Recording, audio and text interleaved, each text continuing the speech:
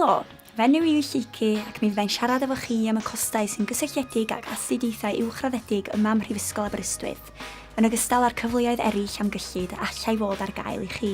Yn gyntaf, gad mi sôn am y ffïoedd dysgu. I fyfyrwyr o Brydain a'r Undeb Ewropeaidd sy'n astudio amser llawn am radd meistr, mae 2 fand o ffïoedd dysgu, sef un i'r celfyddydau'r gwyddorau cymdeithasol a band arall i gyrsiau gwyddoniaeth. Mae ffïoedd myfyrwyr o Brydain a'r Undeb Ewropeaidd sydd wedi cofrestru ar gyrsiau ymchwil, PhD ac MPhil yn cyd-fynd â chyfraddau cynghorau ymchwil Prydain.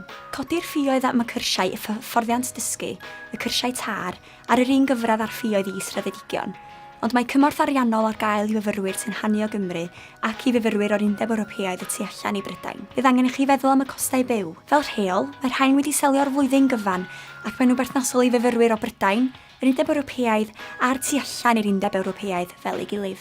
Mwyn i chelpu â chostau, mae llawer o gyfleoedd am gyllid a ffyrdd o gael help a'ch incwm, drwy ysgoloriaethau gan y brifysgol, benthyciadau, grantiau, gwaith rhan amser yn ystod eich astudiaethau, neu drwy gyfuniad o'r pethau hyn. Dyma gip cyflym ar y cyfleoedd sydd ar gael i chi am gyllid. I fyfyrwyr meistr, mae cynlluniau benthyciadau uwchraddedig ar gael i ddinasyddion Prydain o dan 60 oed, sy'n byw yng Nghymru neu Loegr ac, ar hyn o bryd, dinasyddion yr Undeb Ewropeaidd sy'n byw yn yr ardal economaidd Ewropeaidd ac y fydd yn gwneud ymchwil ar ei gyfer ei gradd meistr gyntaf. Mae cynlluniau tebyg hefyd ar gael i fyfyrwyr Ogledd Iwerddon a'r Alban. Mae ysgoloriaethau graddedigion Aber ar gael i fyfyrwyr meistr hefyd. Mae hyn yn rhoi gostyniad i raddedigion Prifysgol Aberystwyth sy'n aros yma i fynd ymlaen i wneud rhaglen meistr. Os yw hyn yn berthnasol i chi, fe allwch gael naill ai 10% neu 20% oddi ar eich ffïoedd dysgu, yn ddibynnol ar ganlyniadau eich gradd israddedig. Mae nifer o gyfleoedd am gyllid ar gael i fyfyrwyr PhD hefyd.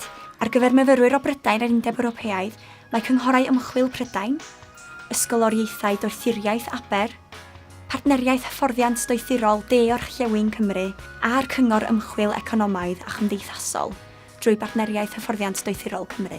Ac yn olaf, myfyrwyr ar gyrsiau hyfforddiant dysgu. Mae'r trefniadau cyllid i'r rhain yn go wahanol gan fod myfyrwyr o Brydain a'r Undeb Ewropeaidd yn gallu dewis cael benthyciad drwy gysylltiau cwmni cyllid myfyrwyr perthnasol. Rwy'n gwybod bod hynny'n dipyn o wybodaeth i'w ddeall ar un tro, felly cofiwch fod croeso i chi wylio'r fideo eto. Gallwch edrych hefyd ar ein cyfriniannau cyllid ac ysgoloriaethau ar ein gwefan i gael syniad clir o'ch dewisiadau cyllid. Ac, os oes gennych chi unrhyw gwestiynau, mae croeso i chi gysylltu drwy e-bostio derbyn-uwchraddedig@aber.ac.uk neu drwy ddefnyddio'r gwasanaeth sgwrs ydyn. Diolch yn fawr.